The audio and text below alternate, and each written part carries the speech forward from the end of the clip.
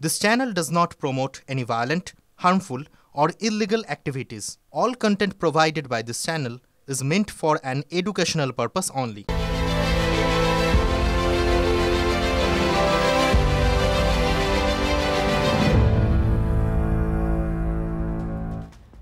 ফিরে এলাম ব্রেকের পর। এবার শুরু করছি ঠোঁটকাটা স্পেশাল। আর ঠোঁটকাটা স্পেশালে দেবী চৌধুরানী উপন্যাসে বঙ্কিমচন্দ্র আক্ষেপ করে যা বলেছিলেন সেই বিষয়টা দিয়ে শুরু করব। কি বলেছিলেন? হায় লাঠি, তোমার দিন গিয়াছে, তুমি ছাড় বাঁশের বংশ বটে, কিন্তু শিক্ষিত হস্তে পড়িলে তুমি না পারিতে এমন কাজ নাই। তুমি কত তরবারি দুই টুকরা করিয়া ভাঙিয়া ফেলিয়াছ, কত ঢাল খাড়া খণ্ড খণ্ড করিয়া ফেলিয়াছ। হায়, বন্দুক আর সঙ্গীন তোমার প্রহারে যোদ্ধার হাত হইতে খসিয়া পড়িয়াছে, যোদ্ধা ভাঙা হাত লইয়া পলাইয়াছে। লাঠি, তুমি বাংলায় আব্রু পর্দা রাখিতে, মান রাখিতে, ধন রাখিতে, জন রাখিতে, সবার মন রাখিতে। তুমি তখনকার পেনাল কোর্ট ছিলে, দুষ্টের দমন করিতে, শিষ্টেরও দমন করিতে, রামের অপরাধে শ্যামের মাথা ভাঙিতে। তবে তোমার উপর আপিল চলিত না। হায়, এখন তোমার সে মহিমা গিয়াছে।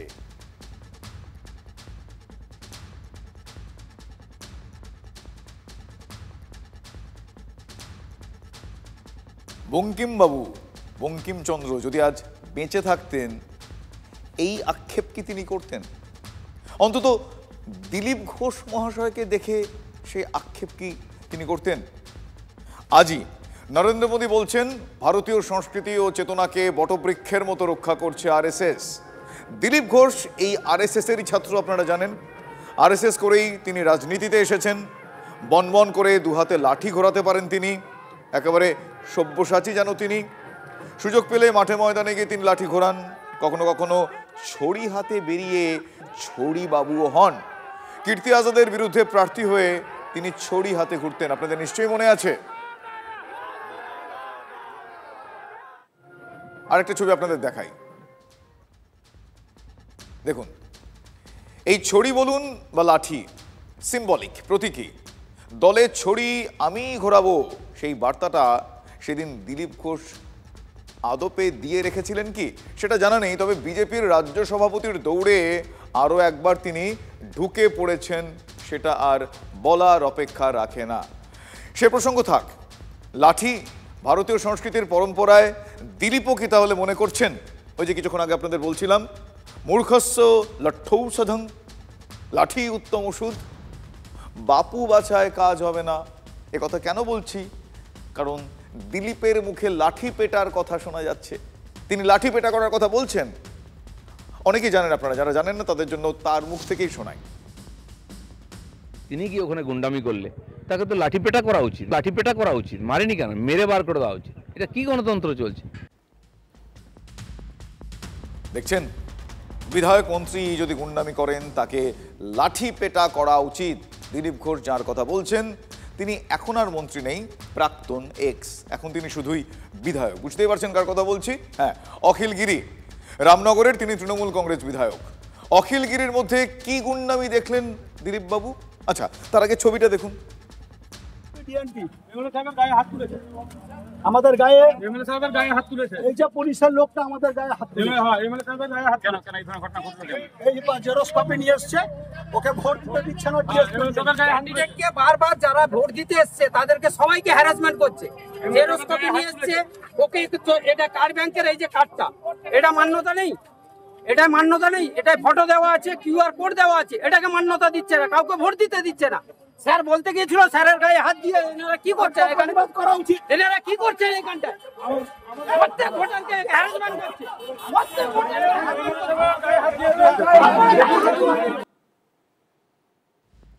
দেখলেন ছবিটা, শুনলেন কি বলছেন তারা। ফলে আবারও আমি সে প্রশ্নটা করি, অখিলগিরির মধ্যে কি গুন্ডামি দেখলেন বঙ্গ বিজেপির ডাকাবুকো নেতা? শাসক বিধায়ক তিনি অভিযোগ করছেন পুলিশ ভুয়ো ভোটার ধরতে বাধা দিচ্ছে, তাকে নাকি ধাক্কা মেরে পুলিশ ফেলে দিয়েছে। আর এইসব অভিযোগের একটাই অর্থ হয়, পুলিশ বেইমানি করছে, বিরোধীদের হয়ে ভোট করাচ্ছে। ফলে অখিল খেপবে না বলুন? একে কাঁথি হচ্ছে শুভেন্দু অধিকারীর এলাকা, শাসক সেনাপতি তো সেখানে বলেই দিয়েছেন যে নিষ্ক্রিয়দের দলে কোনো পদ নেই, তা হোক না সমবায় ভোট। এগুলো তো সবই ট্রেলার। সেনাপতির চোখে নাম্বার বাড়িয়ে নিতে তাই মাটি কামড়ে লড়াই করে যাচ্ছেন বাবা ছেলে। হতে পারে একটা চাপা টেনশন থেকেই পুলিশের ওপর তিনি উত্তেজিত হয়ে পড়েছেন। কিন্তু দিলীপ ঘোষ সেখানে গুন্ডামি দেখলেন কোথায়? ভোট দিতে দেবে না, ভোটারদের ঢুকতে দেবে না, গ্রাম থেকে বেরোতে দেবে না। যত কোঅপারেটিভ নির্বাচন হচ্ছে পূর্ব মেদিনীপুরে দেখুন, ভোটারদের ঢুকতে দেওয়া হচ্ছে না। প্রার্থীদের উপর আক্রমণ করা হয়েছে এবং প্রার্থীরা আক্রান্ত হয়েছে, ক্যাম্প ভাঙচুর করা হয়েছে। সব জায়গায় টিএমসি ওটাকে পলিটিক্যাল একটা এজেন্ডা বানিয়ে হজ্জুদি করে। আমরা শান্তিপূর্ণভাবে ভোট চাই, এখানে ভোটের মহল দেখে বিজেপি পালিয়ে গেছে, নেই, মার্কেটে নেই, থাকবে না, ধরাশায়ী হবে শুভেন্দু অধিকারীর দল। মুসলিম এলাকায় বুথ করা হবে, গুন্ডারা দাপিয়ে বেড়াবে, কেউ ভোট দিতে যাবে না। মেদিনীপুর টাউনেও তাই করার চেষ্টা হয়েছে, মারপিট। তো এটা কি? গণতন্ত্রকে ধ্বংস করার জন্য যা যা উপাদান প্রয়োজন তৃণমূল কংগ্রেস তা ব্যবহার করে। যেখানেই প্রতিরোধ হয় সেখানেই গোলমাল হয়। বিজেপির নাম চেঞ্জ হয়ে গেছে, যে অভিযোগকারী দল। আর শুভেন্দু অধিকারী ঘুম থেকে উঠলেই অভিযোগ অভিযোগ অভিযোগ, আর তার চেলারাও তাই শুরু করেছে। মুখে বলা হচ্ছে দেশে গণতন্ত্র নাই, নাই, স্বাধীনতা নেই। তোমরা কাউকে স্বাধীনতা দিয়েছো এখানে? এটা কি গণতন্ত্র চলছে? লাঠিপেটা করা উচিত, লাঠিপেটা করা উচিত। দেখুন, আমরা জানি এটাই দিলীপ ঘোষের ঘরানা। একটা দলে রোহিত শর্মার মতো একজন হিটম্যান থাকতে হয়, এ কথা আর বলার অপেক্ষা রাখে না। মানে চালিয়ে খেলার জন্য শুভেন্দু অধিকারী রয়েছেন, কিন্তু হিটম্যান দিলীপ ঘোষ। ওই তাকেও ঠোঁট কাটা বলা যেতে পারে, নামেই তো আছে দি লিপ, মানে লিপে লাগাম দিতে জানেন না। দিলীপ তো বলেইছেন রাজনীতি ছেড়ে দেবেন, এই মেজাজ থেকে তিনি বেরোবেন না। ফলে বিতর্কেও দিলীপ বেপরোয়া, আর সৌজন্যের তিনি ধার ধারেন না। তবে কেউ যদি বাবাকে লাঠিপেটা করার কথা বলেন, ছেলের তো গায়ে লাগবে। ঘোষের কাছ থেকে এটাই আশা করা যায়, কেন দিলীপ ঘোষকে বাংলার মানুষ কুকথা বলা দিয়েই চেনে। কিছুদিন আগে দেখবেন, এখন তো আমরা দিলীপ ঘোষকে দিলীপ ঘোষ বলি না, অশ্লীল ঘোষ বলি। দিলীপ ঘোষ একটা কুলাঙ্গার, একটা সমাজের সবচেয়ে বড় কুলাঙ্গারের নাম হচ্ছে দিলীপ ঘোষ। একটা মোস্তান, একটা ক্রিমিনাল, একটা সমাজ বিরোধী। অশ্লীল কথাবার্তা বলা দিলীপ ঘোষের মুখী মানায়, কেন কয়েকদিন আগে দেখবেন বাংলার একটি নারীকে, একটি মাকে, নারী শক্তিকে তিনি বলছেন গলার ধরে টিপবে, বলছেন বুকের উপর দিয়ে গাড়ি চলে যাবে, তার 14 গোষ্ঠী উদ্ধার করছে। আরে টাকা দিয়েছি, কারণ বাপের টাকা নেই, আমি টাকা দিয়ে বানিয়েছি। তোমাকে বলেছি আপনি এমপিও একজন বাপ তুলে বলতে পারেন? 14 পুরুষ তুলবো, তোমার বাপ মত দিয়েছে, বেশি না কাজ করবে না। সব তৃণমূল কুত্তা সব জায়গায়। হ্যাঁ, গলা টিপে দেবো, তোর বাপকে বলবে। শালা টাকা দিয়েছে, ভিখারি বানিয়ে টাকা দিয়েছি। এই কুত্তাদের চেঁচে দাও। কার বাপ বলুক, কার বাপের টাকা? দিলীপ ঘোষ বাপ তুলেই বলবে, যারা ঘেউ ঘেউ করবে তাদেরকে বাপ তুলেই বলবে। কাজ করতে পারে না, কাজ করে উদ্বোধন করছে, আবার ঘেউ ঘেউ করছে। হিম্মত হয় কি করে? এই 500 টাকার চাকররা এরা কিছু করতে দেয় না, ঘেউ ঘেউ করে। যে কথাটা আপনি বলেছেন যে 500 টাকার জন্য ঘেউ ঘেউ করছে, আমাদের বাংলার মা, বাংলার বোনেরা আমাদের কাছে দেবীর মতো, অন্তত মা দেবীকে কখনো অসম্মান করবেন না। যে বেটা বলছে কুকথা, তাকে আমি শিখিয়ে দেবো কুকথা কোনটা, সুকথা কোনটা। বেশি ভদ্রলোকই দেখাতে জান না, জানো জীবনে বাড়ির বাইরে কোনো বেরোবেন, চমকে দিলে পেচ্ছাপ করে ফেলে, তারা আমাকে সার্টিফিকেট দেয়। আর দিলীপ ঘোষ এই মেজাজে রাজনীতি করবে যতদিন করবে। তো দিলীপ ঘোষেতেই আছেন।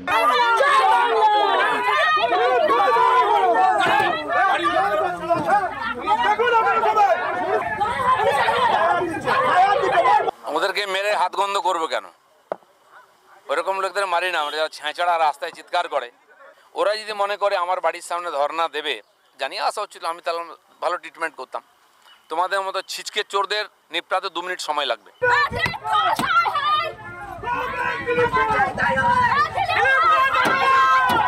আমি সেদিন কটা পুতনাকে তাড়া করেছিলাম, বলেছিলাম গাড়ি চালিয়ে দেবো বুকের উপর দিয়ে। কিছু সেকুলারের খুব কষ্ট হয়েছে, মেয়ে সারা মেয়েদের কোনোদিন প্রণাম করিসনি, মেয়েদের তো ভোগের বস্তু মনে করিস, তোরা মেয়েদের সম্মান কি বুঝিস? রাজনীতি ছেড়ে দেবো, মেজাজ ছাড়বো না বলে দিচ্ছি। শুনলেন কি বলছেন দিলীপ বাবু? বলছেন রাজনীতি ছেড়ে দেব, মেজাজ ছাড়বো না। আর এই মেজাজেই মুখে অকথা কুকথা যা আসছে বলে দিচ্ছেন। গত কদিনে কুকথার একটা বন্যা বয়ে গিয়েছে দিলীপ ঘোষের মুখে। দিলীপের এই ঔদ্ধত্যে শাসক দল আবার পদ্মের ঘরের সমীকরণ, ইন্টারনাল ইকুয়েশন, সেইটা দেখতে পাচ্ছে। তৃণমূলের মুখর নেতার কথা আপনারা যদি শোনেন তাহলে কিছুটা আঁচ পাবেন তারা কি ভাবছেন। গত কয়েকদিনে যা যা কথা বলেছেন সেটা অত্যন্ত আপত্তিকর। অ্যাকচুয়ালি ওনার কাहीं पे নিগাহে কাहीं पे নিশানা। দিলীপ ঘোষ একটা রাজনীতিতে এখন একটা ইরিলিভেন্ট নাম, ওকে রিলিভেন্সিতে আসতে হবে, তাই জন্য যা ভাষা ইচ্ছে বলছে। উনি আগে সভাপতি ছিলেন, সরিয়ে দিয়েছে দল, সহ সভাপতি ছিলেন জাতীয় স্তরে, সরিয়ে দিয়েছে, সাংসদ ছিলেন, আসন বদলে হারিয়ে দিয়েছে সুকান্তবাবুরা। এখন উনি আবার মরিয়া হয়ে সভাপতি পদে ফিরতে চাইছেন। এই কারণে দিল্লির নজরে ভেসে থাকার জন্য ওনার একটাই উপায় আছে, ধারাবাহিকভাবে লুজটক করে যাওয়া এবং বিতর্কিত মন্তব্য করে নিজেকে ভাসিয়ে রাখা। মানুষ ওকে বুঝিয়ে দিয়েছে যে দিলীপ ঘোষ পশ্চিমবাংলায় চলবে না। কাहीं पे নিগাহে কাहीं पे নিশানা। বিজেপি যতক্ষণ না সবাই একমত হবে ঘোষণা হবে না, আর যেটা হবে সাংবিধানিক আধারে হবে। ওদের জিজ্ঞেস করুন সংবিধানটা কোথায় আছে, কার বালিশের তলায় রাখা আছে। বলছে তৃণমূলকে, অ্যাকচুয়ালি দিল্লিকে বলছে দেখো আমি ভেসে আছি, আমার নামটা মনে রেখো। ও জীবনে কোনোদিন ভদ্র ভাষায় কথা বলেনি, ও ভদ্র ভাষায় কথা বলবে না। ও কি পেটাবে? ও যাক না, কোথায় কাকে পেটাতে যাবে, যাক। দিলীপের এই লাঠি পেটা বিতর্কের সূত্রপাত ভোট, কাঁথি কৃষি ও গ্রামোন্নয়ন সমবায় ব্যাংকের ভোট। আর এই ভোট ঘিরে শনিবার রণক্ষেত্রের চেহারা নিয়েছিল কাঁথি। অভিযোগ পাল্টা অভিযোগ, দুপক্ষের নিশানায় ছিল কিন্তু পুলিশ। শুভেন্দুর ভাই দিব্যেন্দু তিনি বলছেন যে পুলিশ দলদাস ভোট করিয়েছে।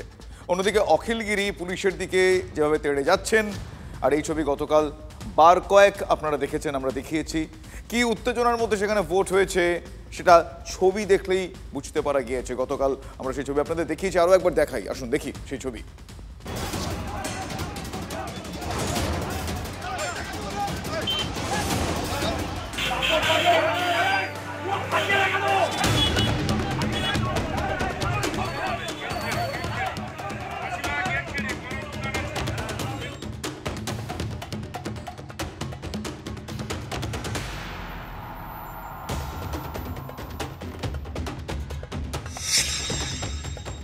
এনারা কি করছেন এখানটায়? প্রত্যেক ভোটারকে হ্যারাসমেন্ট করছে। এই যে পুলিশের লোকটা আমাদের গায়ে হাত তুলে,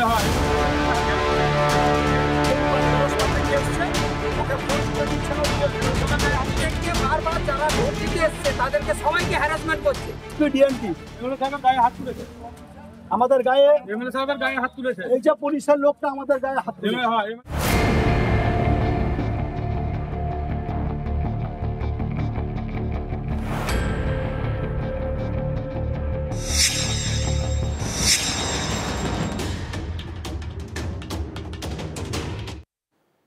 আর এত কিছুর পরেও ফল বিজেপি শূন্য।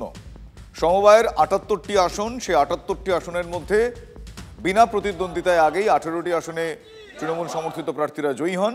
শনিবার যে বাকি ৬০টি আসনে ভোট হয়েছে সবকটি জোড়া ফুলের দখলে গিয়েছে, অর্থাৎ ১০০-এ ১০০ তৃণমূল। শাসক বলছে ২৩ বছর টানা সভাপতি শুভেন্দু অধিকারীর জমানার অবসান ঘটল। কাঁথিতে অধিকারী মিথ তছনছ হয়ে গেল এই রেজাল্টে, সেটা শাসক দল বলছে। শুভেন্দু অধিকারী এতদিন ব্যাংকের নির্বাচন করতেন না, বকলমে তিনি ৩বার ৪বার এক একটা ব্যাংকের আইনকে বুড়ো আঙুল দেখিয়ে তিনি চেয়ারম্যান ছিলেন। কেন সমবায় আইনে কখনো দুবারে বেশি চেয়ারম্যান থাকা যায় না, সেক্রেটারি থাকা যায় না। তো তিনি আইনকে বুড়ো আঙুল দেখিয়ে তিনি চেয়ারম্যান ছিলেন। এটা পরিষ্কার যে তিনি নির্বাচন করতে ভয় পেতেন, সমস্ত নির্বাচনকে খেজুরি নিয়ে চলে যেতেন, অন্য জায়গায় নিয়ে চলে যেতেন। তো সেক্ষেত্রে আজকে নির্বাচন হয়েছে, সেই নির্বাচনে তৃণমূল কংগ্রেস জয় জয়কার হয়েছে। তৃণমূল কংগ্রেসের সমস্ত আসনে আমরা জয়লাভ করেছি। অখিল পুত্র সুপ্রকাশ গিরির তিনি বললেন তিনি কি মনে করেন। গতকালের টুকরো টুকরো ছবিগুলো আপনারা দেখেছেন, ফলে একবার বোঝার চেষ্টা করুন। বাবা ছেলের একটার পর একটা অভিযোগ কিন্তু গতকাল থেকে রয়েছে। কি অভিযোগ ছিল? যে বিজেপি ভোট দিতে বাধা দিচ্ছে, বুতুরে ভোটার ধরতে, ভুয়ো ভোটার ধরতে অখিলগিরি পুলিশের ধাক্কা খাচ্ছেন। কিন্তু দিনের শেষে বিজেপির ওই ভাঁড়ে মা ভবানী বলে সেই দশা শূন্য, একটি আসনেও পদ্মফুল ফোটেনি। ফলে বিজেপি গণতন্ত্র নিয়ে প্রশ্ন তুলতেই পারে, তুলবে ইনফ্যাক্ট, কিন্তু বঙ্গ বিজেপির বিরোধী দলনেতা শাসকের এই জয়কে তিনি গুরুত্ব দিচ্ছেন না। তিনি বলছেন যে রেজাল্ট নাকি জানাই ছিল, তার পাখির চোখ এখন 26। গতকাল বলছিলেন ক্ষমতার উৎসে তার নজর, আজ পাল্টা তিনি চ্যালেঞ্জ ছুঁড়ে দিয়েছেন। 26-এ এই পূর্ব মেদিনীপুরেই ওয়াশ আউট হবে তৃণমূল, তেমনটা তিনি মনে করেন। 16-এ 16 হবে বিজেপি, মানে কাঁথির হারের 16 আনা উসুলের কথা তিনি বলছেন বলে মনে হয়। ওগুলো তো লুট করছে পুলিশকে দিয়ে, ওগুলো তো যেদিন সরকার হবে 1 ঘন্টার মধ্যে সব বদলে যাবে। আমি তো নিজে ভোটার, ভোট দিতে আসিনি, কারণ আমার তো কোনো প্রয়োজন নেই, আমি জানি তো ফলাফল কী। প্রত্যেক ইলেকশনের আগে নতুনভাবে সব দেখতে পান, আর রেজাল্টটা সেই পুরনো মমতা বন্দ্যোপাধ্যায় জিতে আসেন। সবাই ভোট রাজনৈতিকভাবে লড়াই হয় না। এগরাতে আয়ুব, কাঁথিতে অখিলগিরি, এরা যাবে কেন?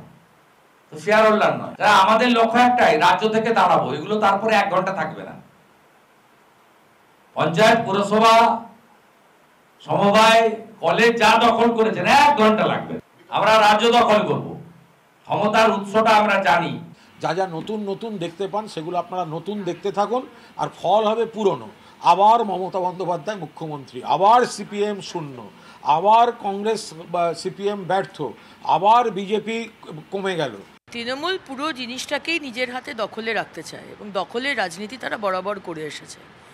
কোনো নিয়মকানুন তারা মানে না, কোনো ইলেকশনের নিয়মকানুন মানে না, এবং সমবায় সমিতিরও যে সেখানেও তারা হুমকি দিয়ে বুথ দখল করে ভাঙচুর করে, মানে বোঝা যাচ্ছে যে 2026-এ কি হতে চলেছে। ভোটের পর ফল যে পুরনোই সেটা আমরা দেখিয়ে দেবো। এই গুন্ডামি, পুলিশ রাজ, জিহাদি হামলা, এদের যে পাওয়ার সেন্টারটা হচ্ছে মমতা ব্যানার্জি, কালীঘাট আর নবান্ন, এই জায়গাটা উপরে আমরা ফেলবো, তার কাজ করছি। মাত্র 10 মাস, days are number, time is knocking the door. মুখ্যমন্ত্রী বুঝে গেছেন, তৃণমূল বুঝে গেছে যে ওদের যাবার পালা, এবং যাবার আগে যে শেষ কামড় বলে না, দিয়ে যায়। এই যে সমবায়ের ভোট, সেখানে দেখা গেল যে 78টা গতকাল। ওগুলো বাদ দেন, এখানেও তো 45টা আমরা জিতেছি। ওগুলো কি আছে, জেলায় 80টা সমবায় বিজেপি জিতেছে। ওগুলো বলে ওই তো যত লুট করবে লাভ। তো 22-এ কাঁথি পুরসভা লুট করেছিল, 24-এ লোকসভায় সাফ করে দিয়েছি। সমবায় লুট করেছে, 26-এ সব হারিয়ে দেবো, 16টাতে হারিয়ে দেবো। একটা উইশফুল থিঙ্কিং, যদি আমি ক্ষমতায় আসি তখন আমি কি করবো। মানে লিস্ট বাড়ছে, কোনো দাম নেই তার, কারণ ক্ষমতাতেও আসবে না, করতেও হবে না, ক্ষমতাতেও আসবে না, করতেও হবে না। যদি আমি ক্ষমতায় আসি আমি তাহলে, আরে লিস্ট তো বাড়ছে। অমুক সালের অমুক তারিখ, ক্যালেন্ডার বাতলে যাচ্ছে, কাজ আর হচ্ছে না। অমুক সাল অমুক তারিখ দিয়ে রাখলাম, এই হবে, হচ্ছে না। তো সুতরাং এগুলো সমস্ত মানসিক গভীর হতাশা এবং অবসাদ থেকে বিরোধীদের আর্তনাদ। শাসক দলের মুখর নেতা বলছেন যে গভীর হতাশা থেকে এসব বিরোধীদের আর্তনাদ। শুধু কি বিরোধীরাই, সাধারণ মানুষও যে আর্তনাদ করছেন, হতাশায় নয়। তাদের ক্ষেত্রে জ্বালা, অত্যাচারে, তোলাবাজিতে। তৃণমূলের নাম করে তোলাবাজি চলছে। দেগঙ্গার এক কারখানায় দুষ্কৃতীদের তোলাবাজির ছবি, ক্লোজ সার্কিট ক্যামেরার যে ফুটেজ, সিসিটিভি ফুটেজ, সেখানে দেখতে পাওয়া যাচ্ছে। আসুন দেখি, সিসিটিভিতে মার্ক করা সেই ছবি আপনারা দেখুন। তোলা না পেয়ে কর্মীদের মারধরও করা হয়েছে। এ রাজ্যে ব্যবসায়ীদের রেহাই তো নেই, শাসক নেতাকে পার্সেন্টেজ দিতে হয়। সোজা কথায় কাটমানি। সুপ্রিমো যতই ধমক দিন, যতই বকাঝকা করুক, কিন্তু বেঁচে থাকতে কত টাকা লাগে, লোভে লাগাম পড়ান, কিন্তু কেউ শুনছেন না। সুপ্রিমোর নির্দেশ, হুমকি, ধমক, হুমকি বলবো না, ধমক, শুনছেন না কেউ। এখন তো সাধারণ মানুষের ওপর টাকার জন্য একটা হুজ্জতি চলছে, আর এই ছবিটা সেটা প্রমাণ করছে। এই যে তৃণমূলের নাম করে যারা টাকা তুলছে তারা কারা, সেই প্রশ্নগুলো উঠছে। সে প্রশ্ন উত্তর সময়ের হাতে আছে, সময় দেবে, কিন্তু এগুলো ঠিক হচ্ছে না। এ প্রশ্ন আমি ঠোঁটকাটা আরও একবার তুললাম ছবি দেখিয়ে। চাঁদা নিয়ে ক্লাবের জুলুমবাজি, প্রাথমিক স্কুল সরে গেল। পুরুলিয়ার ঝালদা পুরসভার 3 নম্বর ওয়ার্ডের গড়কুলি প্রাথমিক বিদ্যালয়, স্কুলের নিজস্ব বিল্ডিং না থাকায় পুরসভার কমিউনিটি হলে স্কুল চলত। কমিউনিটি হলের একটি ঘরে ক্লাব আছে। সম্প্রতি ক্লাব থেকে চাঁদার জন্য চাপ দেওয়া হতে শুরু হয় প্রধান শিক্ষককে। অভিযোগ, চাঁদা দিতে না পারায় স্কুল সরিয়ে নেওয়ার জন্য চাপ দেয় ক্লাব। ভাবুন একবার, বাধ্য হয়ে বিদ্যালয় পরিদর্শকের অফিসে স্কুল সরিয়ে নিয়ে যাওয়া হয়েছে জুলুমবাজির জন্য। দীর্ঘদিন ধরে স্কুলটা চলছিল, সেই স্কুলটা এখন ক্লাবের ছেলেরা বলছে আমাদের এখানে করতে পারবেন না, ওই চাঁদা ইচ্ছা মতো দিতে না পারা। আমি স্কুলটা ভিজিটে গিয়ে দেখেছি, একদম মার্বেল ফলকে লেখা আছে ঝালদা পৌরসভার কমিউনিটি হল 3 নম্বর ওয়ার্ড, তার দোতলায় স্কুলটা চলত। ওখানে ক্লাব ঘরের কোনো ব্যাপারেই নেই। একটা সরকারি বিল্ডিং কমিউনিটি হল, সেখানে যদি পাড়ার কিছু ছেলে গিয়ে ক্লেম করে যে এটা ক্লাব ঘর, এখানে আমরা স্কুল করতে দেব না, সেটা যদি পৌরসভা হস্তক্ষেপ করে অবশ্যই মিটবে। কিন্তু বিষয় হলো স্কুলের প্রধান শিক্ষকের সব অভিযোগ অস্বীকার করেছে ক্লাব কর্তৃপক্ষ থেকে উপপুর প্রধান। জবরদস্তি কোনো নাই, এই আমাদের আগেও ছিল স্যার সুবোধ মাহাতো বলে, ওর সাথে আমাদের কোনোদিন কিছু হয় না। ফুলচাঁদ মাহাতো বলে স্যারটা যেদিন থেকে কিনে এসেছে সেদিন থেকে এবার অসুবিধা স্টার্ট। মানে স্যার তো আমাদের জানে নাই কি হয়েছে কি নাই, এটা কীভাবে চলে এসেছে। আমাদের পাড়াটায় সেরকম জায়গা নেই, কারণ সত্যিকারে ঘুমাবার অভাব আছে, আর যেটা কুটুমালে তাকেও থাকতে দেওয়ার অসুবিধা। তো সেইখানে আমরা রাতের সময় একটুকু যে মাস্টার সঙ্গে চাবি নিয়ে আমরা ওইটাকে ঘুমাতে দেওয়া হয়। এই ব্যাপারে বলতে গেলে খবর পেয়েছি, ওনারা মাস্টার মশাইরা এসেছিলেন গতকাল পরশু এসেছিলেন, চেয়ারম্যানের সঙ্গে দেখা করেছেন। ব্যাপারটা খবর পেয়েছে, ওর খতিয়ে দেখছি, ব্যাপারটা তদন্ত করে দেখা হবে কি সমস্যা আছে কি না।